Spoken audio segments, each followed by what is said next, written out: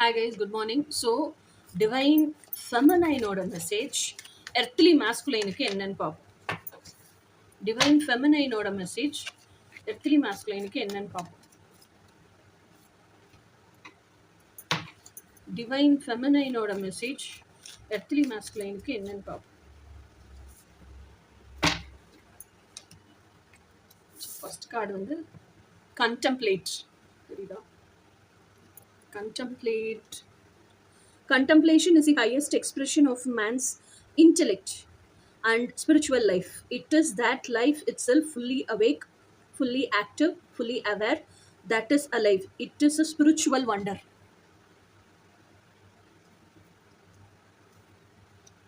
அடுத்தது வந்து admiration. Admire people who choose to shine even after all the storms they have been through. அடுத்தது வந்து adoring. இது admiring, இது adoring. When you are solid on your when you are solid on your focus, yet reaching for the stars, when you are planted firmly to the now, yet your spirit soars to universe. As you reach heights, your dreams will surround you. So அப்போ என்ன அர்த்தம்னா first card வந்து கண்டம்ப்ளேட் பண்ணுங்க, அதாவது இந்த நொடியை realise பண்ணுங்க அப்படிங்கிறது தான் ஃபர்ஸ்ட் கார்டு.